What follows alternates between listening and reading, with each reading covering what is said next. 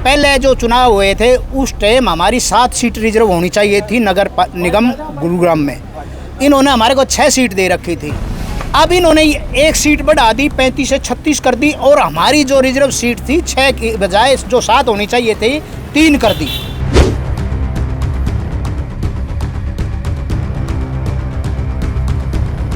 दलित समाज के साथ धोखा है। उनके जो छेड़खानी करके दलित समाज को उनकी जो सुविधाएं हैं, जो आरक्षण है, उससे वंचित रखने की मिली भगत पॉलिसी है। वही कैसे न कैसे दलितों को जो अधिकार है वो इनको छीन लिए जाएं, ताकि आने वाले समय में दलित समाज की राजनीति के बड़े पदों पर कहीं कोई भागीदारी ना रहे। लेकिन समाज जागरूक है, पढ़ा लिखा है। उस टाइम तो बाबा साहब अकेले पढ़े लिखे थे, उन्होंने इस सरकार के और अंग्रेज सरकार के छक्के छुटा दिए थे। आज तो हमारा पूरा समाज शिक्षित है और सब जान चुका है कि ये सारी लड़ाई हमारे संविधान के में जो हमारे अधिकारों के लिए है उसको ये ख़त्म करना चाहती है। इसके लिए हम लड़ेंगे और जीतेंगे। भीख नहीं मांग रहे, हम अपना अधिकार मांग रहे हैं। जो संविधान के अंदर हमारा प्रावधान दिया हुआ है, 20% हमारा अधिकार है। लोकसभा में हमारा 20% अधिकार है, विधानसभा में भी हमारा है। तो आज गुड़गांव नगर निगम या मानेसर नगर निगम या फरीदाबाद नगर निगम की बात आ रही है, तो हम संविधान के साथ जो सरकार खिलवाड़ कर रही है, इसको बिल्कुल भी दलित समाज बर्दाश्त नहीं करेगा।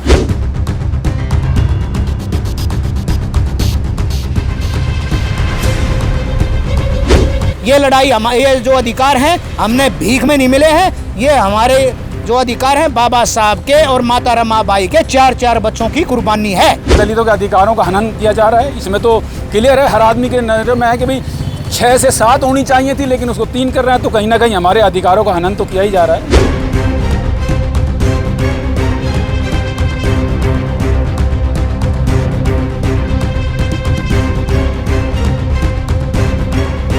और ये आंदोलन अगर यहीं पर नहीं थमा तो ये पूरे हिंदुस्तान का आंदोलन बन जाएगा, क्योंकि ये आज शुरुआत इन्होंने हरियाणा से की है, गुड़गांव से की है। कल ये धीरे धीरे बढ़ के पूरे हिंदुस्तान पे इसको लागू करेंगे।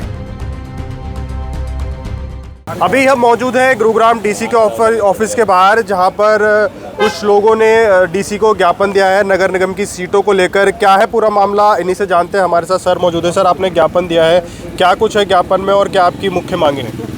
हमारी कोई विशेष मांग नहीं है। सरकार हमारा को ताकत देख रही है और ये संविधान को ख़त्म करना, जो हमारे को अधिकार मिले हैं उसको ख़त्म करना चाहती है। पहले जो चुनाव हुए थे उस टाइम हमारी 7 सीट रिजर्व होनी चाहिए थी नगर निगम गुरुग्राम में। इन्होंने हमारे को 6 सीट दे रखी थी। अब इन्होंने 1 सीट बढ़ा दी, 35 से 36 कर दी, और हमारी जो रिजर्व सीट थी 6 की बजाय जो 7 होनी चाहिए थी 3 कर दी, जिसमें ये कह दिया कि 1.25 लाख हमारी जनरेशन यहाँ से कम हो गई है संख्या। जबकि ये भी एक सोचने का विषय है कि 1.25 लाख आदमी की पहचान करके समाज को बताई जाए कौन कौन आदमी हमारे यहाँ से कहाँ चले गए और वो किस एरिया में हमारी बढ़ोतरी भी नहीं हमें दिखाई दे रही। इसलिए सरकार की मंशा है वो संविधान से और हमारे हकों को ख़त्म करना चाहती है, लेकिन ये मंशा हम कभी पूरी नहीं होने देंगे, क्योंकि ये जो अधिकार हैं ये अधिकार हमारे को कहीं भिक्षा में नहीं मिले हुए, दान में नहीं मिले हुए। ये हमारे पूर्वज, हमारे मसीहा बाबा साहब डॉक्टर भीमराव अंबेडकर जी के 4 बच्चों की कुर्बानी है। माता रमाबाई ने इस अधिकारों की लड़ाई लड़ने के लिए 4 बच्चों कुर्बान कर दिए। और मैं आपको बता दूं, ये लड़ाई हमारे सीटों की नहीं है, ये लड़ाई हमारे अधिकारों की है। अगर हम आज नहीं लड़े तो जो भी समाज अपनी लड़ाई नहीं लड़ता, अपने समाज के प्रति जागरूक नहीं होता, उसकी आने वाली नस्लें, आने वाली पीढ़ियां गुलाम पैदा होंगी। आपको लगता है कि इसमें कहीं ना कहीं राजनीतिक हस्तक्षेप हुआ है? जो इसमें 7 सीटें आप बता रहे हैं 7 होनी चाहिए थी, 6 थी, अब उसको 3 कर दिया गया है। तो ये तो क्लियर, इसमें तो कोई सोचने की बात ही नहीं है। हर जगह पॉपुलेशन हमारी औरों की 1 बढ़ती है तो हमारी 1.25 बढ़ती है। हमारी कहीं भी पॉपुलेशन में कमी नहीं। हमारे लोग कमा के खाने वाले लोग हैं, मेहनती लोग हैं। हमारे लोग दूसरे शहरों से भी आकर गुरुग्राम में मजदूरी के लिए, अपनी मेहनत करने के लिए, रोजगार के लिए आते हैं और हमारी संख्या दिन पर दिन बढ़ती है। ये सरकार ने हमारे साथ, समाज के साथ धोखा किया है और ये हमारे को आजमाइश रहे हैं कि इनकी ताकत कितनी है। अगर ये सहन कर लेंगे तो ये इनकी चल जाएगी, लेकिन समाज जागरूक है, पढ़ा लिखा है। उस टाइम तो बाबा साहब अकेले पढ़े लिखे थे, उन्होंने इस सरकार के और अंग्रेज सरकार के छक्के छुटा दिए थे। आज तो हमारा पूरा समाज शिक्षित है और सब जान चुका है कि ये सारी लड़ाई हमारे संविधान के में जो हमारे अधिकारों के लिए है उसको ये ख़त्म करना चाहती है। इसके लिए हम लड़ेंगे और जीतेंगे। ये लड़ाई ये जो अधिकार हैं हमने भीख में नहीं मिले हैं, ये हमारे जो अधिकार हैं बाबा साहब के और माता रमाबाई के 4 बच्चों की कुर्बानी है। आपने जो डीसी साहब को ज्ञापन दिया है, कुछ डीसी साहब ने भी आपसे कुछ वादा किया है कि कब से मतलब इस पर कोई कार्रवाई होगी या कुछ आगे की क्या प्रक्रिया रहेगी इस पर? हमने अपना समाज की तरफ से हमने ज्ञापन दिया है। उनका आश्वासन, उनका हाथ में कुछ भी नहीं है। उन्होंने एक आश्वासन दिया है कि हम आपके ज्ञापन को मुख्यमंत्री हरियाणा के पास आज ही भेज देंगे। लेकिन हरियाणा के मुख्यमंत्री तो अभी हरियाणा में क्लर्क बैठे हैं अनशन पर कि उनकी एक 35-400 की मांग है, और तमाम ऐसे समाज भी बैठा है सड़कों पर, लेकिन कई 2-3 महीने हो गए बल्कि साल भर हो गए, सुनते नहीं। आपको क्या लगता है कि हरियाणा सरकार आपकी बात सुनेगी? हमें सुनो मत सुनो वो उनका काम है, हमारा काम है अपनी लड़ाई लड़ना, अपने समाज को जागरूक करना और समाज की लड़ाई लड़ना। हम अपने बच्चों की अपनी कुर्बानी देंगे, लेकिन हम अपनी नस्लों को गुलाम नहीं होने देंगे और अगली नस्ल को हम गुलाम पैदा नहीं होने देंगे, ताकि अगले बच्चे, आने वाली पीढ़ी हमारे को धत्कारे कि आपने अपनी कुर्बानी क्यों नहीं दी, आपने हमारी कुर्बानी क्यों नहीं दी, आप गुलाम कैसे बना दिए हम। क्या उस टाइम बाबा साहब अकेले पढ़े लिखे थे? आप तो करोड़ों आदमी ऐसे थे जो साधन संपन्न भी थे और शिक्षित थे। आपने हमारे को गुलाम कैसे बनवा दिया? वो हमारे पे थू करेगी। इसलिए हम अब हमारे पास कोई चारा नहीं है, हमारे पास करो मरो का है। हम हर जगह रोड पर भी लड़ेंगे, कोर्ट में भी लड़ेंगे, तन मन धन से अपना सब कुछ कुर्बान कर देंगे, लेकिन इस लड़ाई को हम हारेंगे नहीं, हम लड़ेंगे और जीतेंगे। अभी नगर निगम में सर कह रहे हैं कि बहुत कम समय बचा है, मतलब कभी भी हो सकता है। आज आपने ज्ञापन भी दिया है, तो आपको क्या लगता है कि जल्दी ही हरियाणा सरकार आपकी बातों पर मोहर लगाएगी? देखिए, आज जो हमने ज्ञापन डीसी साहब के माध्यम से मुख्यमंत्री जी को भेजा है, एसडीएम साहब ने हमारा ज्ञापन लिया है और उन्होंने कहा आज ही मुख्यमंत्री जी गुड़गांव में ही हैं और आज ही मुख्यमंत्री जी को ज्ञापन सौंप दिया जाएगा। और साथ में हमने एक चीज़ और कही है कि अगर 15 दिन के अंदर अंदर हमें इसका रिजल्ट अगर नहीं दिया गया तो समस्त दलित समाज सड़कों पर उतरेगा। 2 अप्रैल का जो हमारा आंदोलन हुआ था, उस आंदोलन को अगर सरकार दोबारा से नहीं दोहराना चाहती है तो जल्दी से जल्दी जो आज ये दलित समाज की हमारी जो मांग है, हमारी 7 सीटें बने, हम कोई भीख नहीं मांग रहे, हम अपना अधिकार मांग रहे हैं जो संविधान के अंदर हमारा प्रावधान दिया हुआ है। 20% हमारा अधिकार है, लोकसभा में हमारा 20% अधिकार है, विधानसभा में भी हमारा है। तो आज गुड़गांव नगर निगम या मानेसर नगर निगम या फरीदाबाद नगर निगम की बात आ रही है तो हम संविधान के साथ जो सरकार खिलवाड़ कर रही है, इसको बिल्कुल भी दलित समाज बर्दाश्त नहीं करेगा। अगर सरकार ने हमारी मांगों को पूरा नहीं किया तो समूचा दलित समाज सड़कों पर उतरेगा, चाहे इसके लिए हमें चक्का जाम करना पड़े, जेल भरो आंदोलन करना पड़े, चाहे कुछ भी करना पड़े, इसके लिए समूचा समाज तैयार है।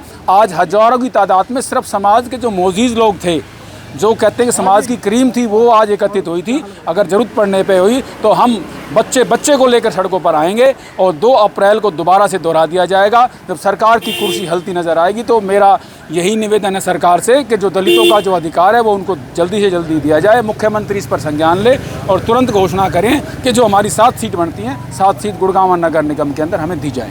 लेकिन ये तो सर 6 से 3 कर देना, इसके पीछे आपको भी क्या लगता है कि इसमें कहीं ना कहीं राजनीतिक हस्तक्षेप हो सकता है? बिल्कुल, देखो जी, 6 से 3 करना हमेशा, ये आप भी समझदार हो, बुद्धिजीवी हो, कि पॉपुलेशन जो होती है वो बढ़ती है, कभी घटती नहीं है। लेकिन इन लोगों ने जब अभी पीछे लगभग 6 महीने पहले मैप माई इंडिया नाम की एक कंपनी से गुड़गांव का सर्वे कराया था, जिसमें गुड़गांव की पॉपुलेशन 24,48,000 दर्शाई गई थी टोटल। उसमें हमारे 3,92,000 SC थे और जब इन्होंने उसी डाटे को PP में कन्वर्ट कर दिया तो मात्र इन्होंने 87,000 दलित जो इन्होंने दर्शाए। तो ये कहीं ना कहीं दलित समाज के साथ धोखा है। उनके जो छेड़खानी करके दलित समाज को उनकी जो सुविधाएं हैं, जो आरक्षण है, उससे वंचित रखने की मिली भगत पॉलिसी है। भाई कैसे न कैसे दलितों को जो अधिकार है वो इनको छीन लिए जाएं, ताकि आने वाले समय में दलित समाज की राजनीति के बड़े पदों पर कहीं कोई भागीदारी ना रहे। तो इस प्रकार की मोनोपोली सरकार कहीं ना कहीं तैयार कर रही है। लेकिन आज जो हिंदुस्तान का दलित है, बाबा साहब के संघर्ष को याद करते हुए, उनके बलिदान को याद करते हुए पीछे नहीं हटेगा। आज हिंदुस्तान का जो दलित वर्ग है पढ़ा लिखा है, शिक्षित है, संगठित है, किसी भी प्रकार से इस प्रकार की नीति को बर्दाश्त नहीं करेगा। चाहे वो सड़कों पे उतरना पड़े, चाहे जेल भरना पड़े, चाहे लाठी खानी पड़े, चाहे गोली खानी पड़े, चाहे फांसी खानी पड़े, हर चीज़ के लिए वो तैयार है, लेकिन ये चीज़ बर्दाश्त नहीं करेंगे। आपने ये शांतिपूर्ण तरीके से ज्ञापन सौंपा, लेकिन हमने देखा यहाँ पे काफ़ी पुलिस बल मौजूद था। क्या एक तरह से हर सरकार की तरफ से क्या डराने की कोशिश की गई कि पुलिस डराने की कोशिश नहीं थी। ये सबको पता है कि जो हमारा दलित वर्ग है ये कमेरा वर्ग है, शांति के पथ पे चलने वाला वर्ग है। लेकिन जिस प्रकार से पिछले कुछ समय पहले मेवात के अंदर कुछ घटना हुई हैं, उन सब को देखते हुए प्रशासन ने अपनी चौकसी बरती है कि कहीं कुछ उपद्रव असामाजिक तत्व के टाइप के लोग आके इस जो शांतिपूर्वक प्रदर्शन को ख़राब करने की कोशिश ना करें, दलित समाज को किसी प्रकार से बांटने की कोशिश ना करें। ये सरकार ने अपनी तरफ से व्यवस्था की हुई थी, ऐसा कुछ नहीं था। तो ये जो समाज में आपके लोग हैं, चंद्रशेखर रावण जी जैसे समाज के आपके एक मुखर आवाज़ उठाने वाले, तो उस समाज से भी आज कुछ लोग उपस्थित रहे हैं? बिल्कुल, आज उनके समाज से जो उनकी पार्टी के काफ़ी लोग यहाँ पर मौजूद थे। और आज उनकी नहीं, गुड़गांव के समस्त जितने भी दलित समाज से जुड़े हुए हैं, जितने मंच बने हुए हैं, जितनी सभाएं बनी हुई हैं, चाहे रविदास सभा है, चाहे अंबेडकर सभा है, चाहे धानक सभा है, चाहे वाल्मीकि सभा है, सभी सभाओं के सिर्फ आज प्रतिनिधि आज इस पंचायत में पहुँचे थे, जिनकी तादाद हज़ारों में थी। यही मैंने आपको कहा कि अगर ज़रूरत पड़ी तो वो लोग हज़ारों की तादाद में अपने साथ लोग लेके आएंगे। जो आज अकेला बंदा आया था, समय पड़ने पर वो हज़ारों लोगों को लेके आएगा और गुड़गांव की सड़कों का चक्का जाम कर दिया जाएगा। 15 दिन का अल्टरनेटिव सरकार को दिया गया है। चंद्रशेखर रावण ने एक बयान दिया था कि बीजेपी सरकार जो है वो कहीं ना कहीं दलितों के साथ हस्तक्षेप कर रही है, मतलब उनके जो अधिकार होने चाहिए उनके साथ कहीं ना कहीं खिलवाड़ कर रही है। तो ये क्या आपको उसी नज़रिए से आप जोड़ के देखते हैं कि ये 6 से 3 कर देना, क्या ये उसी का? बिल्कुल, सरकार की कहीं ना कहीं मंशा तो है कि भाई दलितों के अधिकारों का हनन किया जा रहा है। इसमें तो क्लियर है, हर आदमी के नज़र में है कि भाई 6 से 7 होनी चाहिए थी, लेकिन उसको 3 कर रहे हैं, तो कहीं ना कहीं हमारे अधिकारों का हनन तो किया ही जा रहा है। तो अब हो सकता है कि चंद्रशेखर रावण भी आपके साथ जुड़े आगे आने वाले, अगर 15 दिन में, जैसे कि डीसी साहब ने बोला है कि अगर 15 दिन में, आपने जैसे बोला कि 15 दिन में अगर इस पर कुछ नहीं निकलता तो क्या आगे क्या आपकी कार्रवाई रहेगी? देखिए, हम बात करते हैं, पहली बात तो हमें 100% ये उम्मीद है कि अगले 2 से 3 दिन में इस चीज़ की औपचारिक घोषणा हो जाएगी।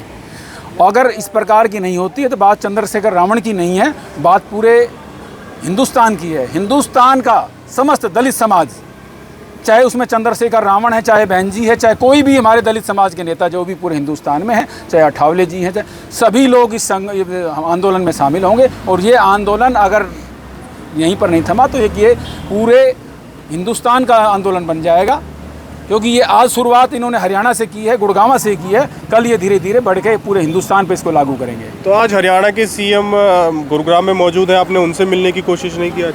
देखो, उनसे मिलने के लिए जब हमने प्रशासन को अपनी आवाज़ उनके तक पहुंचा दी है, वैसे तो उनसे जो हमारे और जो जुड़े हुए लोग हैं, जो समाज के जो प्रतिनिधि कर रहे हैं, जो भारतीय जनता पार्टी से भी जुड़े हुए हैं, उन्होंने भी आश्वासन दिया, उनकी भी मुलाकात उनसे होगी। और मैंने आपको स्पष्ट शब्दों में कह दिया है कि इसका अगले 2 या 3 दिनों में आपको रिजल्ट सामने नज़र आ जाएगा। सरकार ने कहीं ना कहीं इसको करने के लिए तैयार हो चुकी है, जो हमें गुप्त सूत्रों से सूचना मिल रही है। तो डीसी से आपको ज्ञापन सौंप दिया है इन लोगों ने, समाज के तमाम तबके के लोग यहाँ पे मौजूद हैं, सर भी मौजूद है। सर, आपने ज्ञापन दिया है, आपकी भी कुछ मांगे रही होंगी, क्या मांगे हैं आपकी?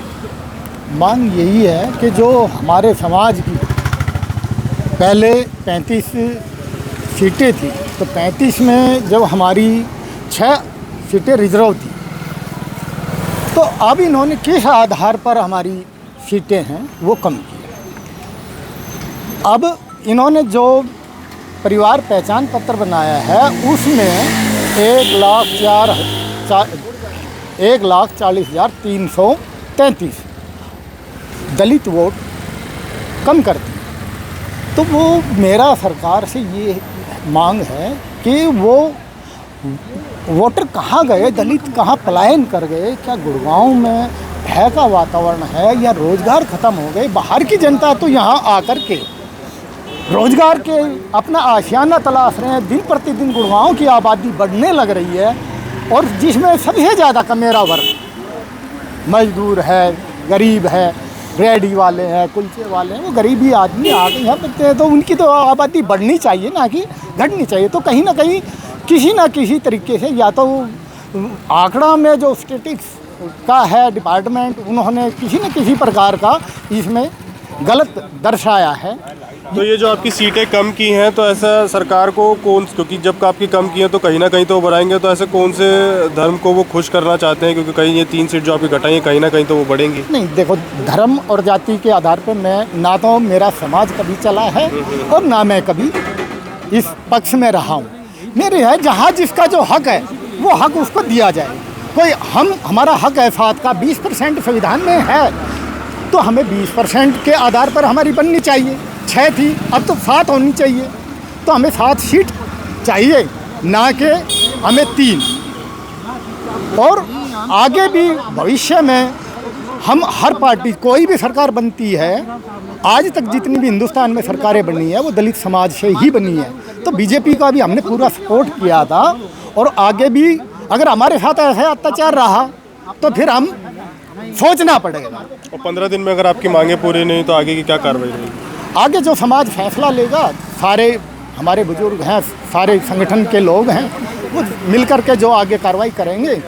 अभी जो ज्ञापन दिया है, 15 दिन का समय दिया है, सीएम साहब तक बात पहुंच जाएगी, और मुझे पूरा विश्वास है कि इस पे ज़रूर कार्रवाई करेंगे और हमें न्याय देंगे, दलितों को पूरा न्याय मिलेगा। मैं ऐसी उम्मीद करता हूं। धन्यवाद सर। तो ये थे सारे दलित समाज के लोग जिन्होंने हमें बताया कि जो गुरुग्राम में 6 से 7 सीट होनी चाहिए थी, लेकिन 6 सीट के बजाय उनकी 3 सीट कर दी गई, और अब इसी मांग को लेकर कि नगर निगम में उनकी 3 नहीं 6 सीट होनी चाहिए, इसी को लेकर उन्होंने डीसी को ज्ञापन सौंप दिया है। डीसी ने भी ये वादा किया है कि गुरुग्राम में आज जो हरियाणा के मुख्यमंत्री हैं वो मौजूद रहेंगे और तुरंत उनको ज्ञापन जो है वो दे दिया जाएगा। तो ये तो देखने वाली बात होगी कि हरियाणा के मुख्यमंत्री इस ज्ञापन को किस तरीके से लेते हैं, और आपका इस खबर पे लेके क्या कहना है हमें कमेंट करके ज़रूर बताइएगा। खबर को लाइक शेयर कमेंट करना ना भूलें। मैं योगेश कुमार आर्या, कैमरामैन वीरेंद्र के साथ, गुरुग्राम।